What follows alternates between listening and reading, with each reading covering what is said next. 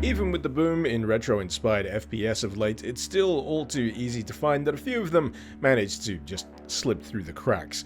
Perilous Warp is certainly a game that I remember seeing footage for at some point, made a small mental note to keep an eye out for it, and somehow I just managed to never hear about it again. That is until it popped up on my suggested games list in the middle of what else? A Steam sale. So what's the setup for Perilous Warp? Well, having discovered an exoplanet containing large quantities of teleport-enabling minerals, Earth swiftly sends a colony ship to go dig as much of that stuff up as possible. As luck would have it, however, just as the colony is about to send through some freshly harvested MacGuffinite, comms fall worryingly silent. Naturally, this prompts Earth to send a lone marine through a one-way warp to maybe instill some sense of order on those pesky colonists, yell at them for taking too long on their lunch breaks, and of course, just get back to work. Oh wait, no, it was aliens. God, don't you just hate it when that happens? As far as first impressions go, Perilous Warp is a reasonably nice looking game for being produced by such a small team. Its opening level sees you stalking the halls of an ominously abandoned colonist base, dodging loose electrical wiring, reading text logs, and ultimately wondering why your superiors saw fit to send you into a potentially hazardous situation with nothing but a combat knife. It's not very long, however, before you find yourself engaged in your first bout of combat. That, of course, being the act of stabbing a scorpion to death, shortly followed by stabbing some more scorpions to death, so you can finally grab a rifle and hopefully never have to use the combat knife ever again. A text log alludes to more troublesome enemies encountered within the mines, intelligent creatures so smart that they can hack the systems of the base, so intelligent in fact that the colonists have had to resort to veiled messages that sound more like vague horoscope readings in some kind of vain effort to leave you useful hints. Surprisingly, it's not actually all that long till you run into your first full-blooded alien adversary, and I'm not sure there's all that much to say about them, other than they're largely grey, can come equipped with a variety of weapons, and once you've fought a few of them, that whole spiel about them being fiercely intelligent and dangerous creatures starts to make the colonists look a little dumb in comparison. In terms of progression, fighting through to the promenade in the opening level here lets you trigger a pile of explosives that'll blow a hole in the floor. Through here, you can rustle yourself up a reasonably chunky looking shotgun, blast something in the face with it, and then get busy flipping switches, finding keycards, and shooting a whole bunch more grey things in the face.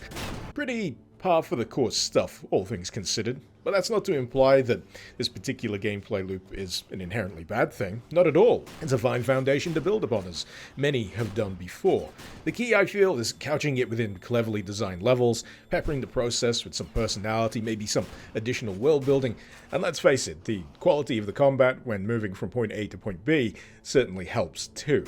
Perilous Warp certainly has some of these elements, though I can't help but feel like the ratio with which they're mixed together ends up somewhere on the more anemic side. I mean, it's not bad, it's just fine.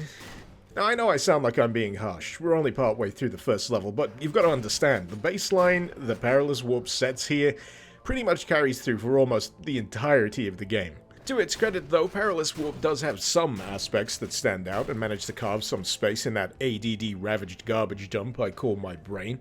Upgrade machines are pretty neat. Scattered across the multiple levels of the game, they often correspond to one weapon in particular, adding an extra layer of functionality. An early example in the opening level gives that chunky shotgun the double-barrel blast it truly deserves. As for the upgrade process itself, however, yeah, they could probably stand to speed that up a little. Just a smidge. The music is neat, certainly a significant element when it comes to adding some sense of forward momentum to your exploration and combat. I genuinely like it, occasionally sounding like it could be from a collection of unused tracks from Deus Ex.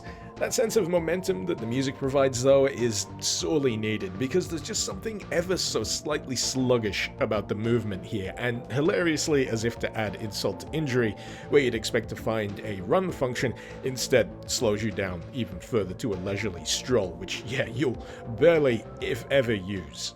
Level design is, how would I say, functional. Angular. I guess it makes sense from the perspective of a no-frills mining colony at the arse end of the galaxy.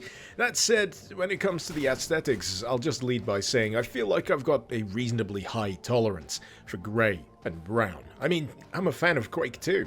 Heck, I really enjoyed Hrot, and that game is at least 99% brown, but this just feels so dour. So much so that I would occasionally lose the ability to differentiate between what was a door and just a regular old wall panel, like sometimes just mushed together. Granted, they do try and spice up the visuals every now and again. There's some yellows, an occasional dash of glowing lava, and no, let's not forget, a smattering of pale, shimmering blue in what must be the most well-maintained sewers I have ever seen in a video game. Just look at it. Not a single turd in sight. Oh wait, never mind. The second level revolves around the objective of restoring comms once you get above ground, so you can receive further instruction from Earth. Surprisingly, it's also where you'll be able to bag yourself a grenade launcher before being swiftly introduced to a heavy type alien. They're slightly bigger, slightly tougher, and get this, they've got 2 guns. Wow. I'd say you shouldn't worry too hard about landing direct hits with this thing. The round is slow enough that the aliens almost always dodge, but the splash at least is wide enough that you'll manage to damage them one way or another. Winding your way through the corridors of the colony ship, you'll find yourself dealing with the occasional ambush before eventually finding your way to a room containing the... Wait a goddamn minute. Isn't that a disc of Daedalus? Hello? Yes, waiter, there appears to be some Daikatana in here, and I distinctly recall mentioning absolutely no goddamn Daikatana. The discs are sharp enough to embed themselves in walls, but when it comes to rending flesh, it can occasionally take a few throws to lop off an alien body part. Upgrading them later on adds a ricochet and homing function, which I guess is good for hitting things around corners, but they're single use, and honestly, not anywhere near as fun as they should ideally be. The likes of Turok 2 certainly comes to mind.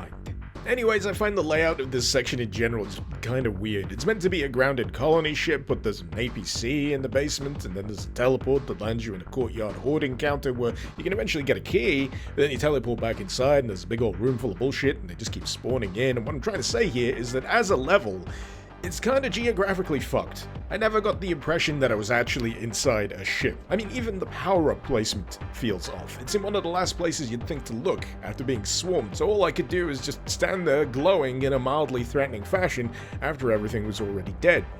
I guess one of the nicer aspects of this level is that you can find a grenade gun upgrade point. Straight up adds a rocket launcher function to it.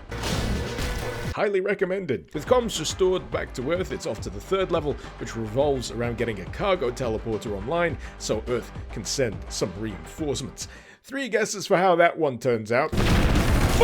This one has you largely wandering around the security perimeter as you hunt down the generator responsible for powering the teleport. The play space is refreshingly a little bit wider here, a few more sections of open sky for what it's worth, and you've also got the introduction of security turrets, which straight up gave me PTSD flashbacks of those goddamn ceiling turrets from Half-Life.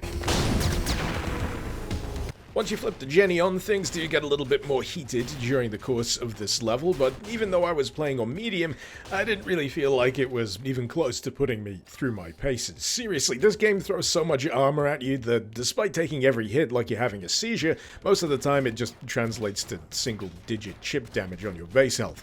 In fact, I'm not even sure I registered a single death during the course of combat in this game until I hit the final boss, but yeah, that's me getting ahead of myself. Trust me, we'll get there sooner than you think. So the cargo teleporter blows up and reveals another teleporter behind it. Of course! Conveniently, this whisks you away to the research labs. Yada yada yada, corridor, corridor, sewer, corridor. Wouldn't you know it, a wide open space. I wonder what could possibly happen here. Oh good, it's another horde encounter. At least this one has the good grace to introduce you to a new weapon, the chain gun. You know, I have to give them credit for the design of this one. I mean, just look at that barrel. Looks like it's carved out of goddamn concrete. Oh yeah, it also has a heat gauge, but don't worry, you'll never really need to keep it under enough sustained fire to really trigger what I imagine is an overheat. Like I said, I never really got that far. Inside the teleport lab itself, it's mostly a case of flipping power switches at either side of the building before heading back to the central chamber.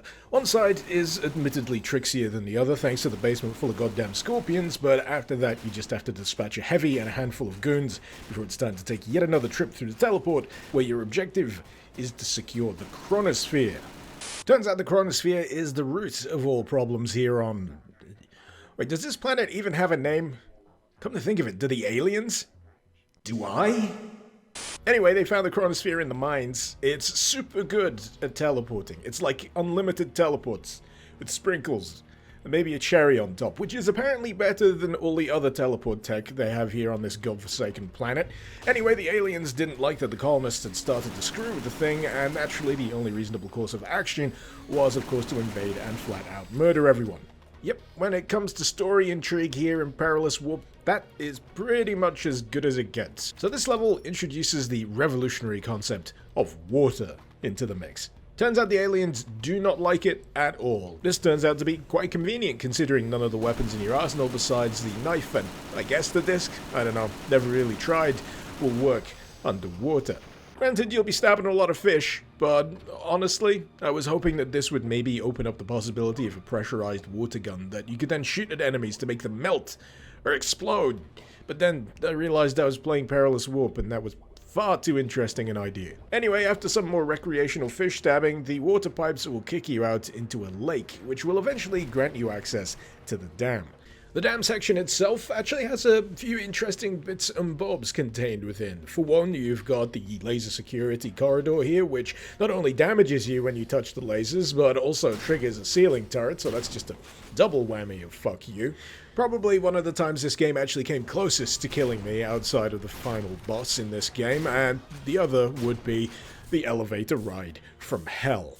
Imagine, if you will, an elevator trip where every single button has been pressed and every stop along the way includes a thorough all-points bollocking. I mean, you don't really need to imagine it, you're quite literally witnessing it. Fun. Where was I? Oh yeah, the Chronosphere. Now the Chronosphere is supposed to be contained within the dam facility, but gosh darn, wouldn't you know it, some cunning colonists managed to whisk it back into the mine, so guess what? You're gonna have to do another teleport jump and go chase it down. That said, getting into the teleporter turns out to be a little bit more difficult than anticipated, because Perilous Warp decides that now is a perfectly good time to chuck in the concept of rope climbing. Up until now, they've never been mentioned, and honestly, I had no clue you could climb them. I was just derping around in the area until the game actually flashed an honest-to-God hint on screen telling me that I could. As for how they work, pretty much the same as the ropes in Opposing Force, leading me to believe that they probably played it while developing it and thought they should chuck it in at some point, but couldn't quite work out where and when. In any case, getting used to the ropes requires a fair bit of derping around, figuring out how to build momentum, and then ultimately fucking up and landing yourself in the electrical death pit immediately surrounding the teleporter. Eventually, I got into the full swing of things, managed to flip the requisite switches, and even then managed to stumble like an idiot into the electrical death pit before finally clambering my way into the teleporter proper. At least this way I had some good opportunity to literally learn the ropes, and I was looking forward to seeing how they'd be implemented in the following level. Yep, you've read that chapter title correctly. Final Battle. I know, this counts for what? 6 levels total? I'm not speedrunning this game or anything, I've just been playing it to whatever pace it sets. Granted, there are a few secrets here and there that you could go out of your way to find. Upgrade stations, for one, do get a little trickier to locate, but if I'm gonna be honest, I really couldn't get all that excited over whatever they may tack on to something like the chain gun. Anything less than explosive tipped rounds, and personally, I sleep. So welcome to the mines. We've got precarious death drops, a higher than average degree of alien infestation, oh, and the railgun. Don't want to forget that. Man, I love me some railgun. Though at this point, all it does is remind me of how much I'd rather be playing through Quake 2, and now that I come to think of it, everything in Perilous Warps just feels like a heavily sanded down Quake 2. Heck, there's even reference in some of the text logs to the fact that the aliens here are supposed to be part biological, part computer, which, I don't know about you, reminds me of a certain alien race whose name rhymes with dog, or does it rhyme with doge? I don't know, you can argue in the comments or some shit, I don't care. All things considered, it's not very long before you make your way down into a more open section of the mines, and you'll note that there's a lot more room for activities down here. So of course, it's time for another teleporting horde mode encounter. Of course! Naturally, the railgun comes in handy, what with its ability to jib most enemies in one shot, but unlike the blessed railgun from Quake 2, this one doesn't penetrate anything beyond the first enemy. And the only thing I have to say to that is 0 out of 10, throw it in the ow, god damn my head. game. Eventually, this cavalcade of continuous creatures reaches its conclusion, whereupon we head up to a room containing a quite frankly ominous quantity of ammunition, and as any seasoned player of classically styled FPS will tell you, that can only mean one thing. That's right, it's time for the one and only boss fight of Perilous Warp. Well, that's mildly underwhelming, isn't it? In terms of armaments, it's got a rocket launcher on one arm and some kind of plasma weapon on the other. Gonna take a wild guess and say it might be some variety of BFG. I don't know. It's green. So anyway, direct shots won't really do jack shit here because in a mildly creative twist, the big kahuna here is protected by a pair of shield generators. Destroying them requires one shot each from the railgun. Wow, I was honestly expecting them to be a bit more durable. Perhaps to compensate for that, Large Leader here has buckets of health and also forces you to deal with minions that periodically teleport themselves in.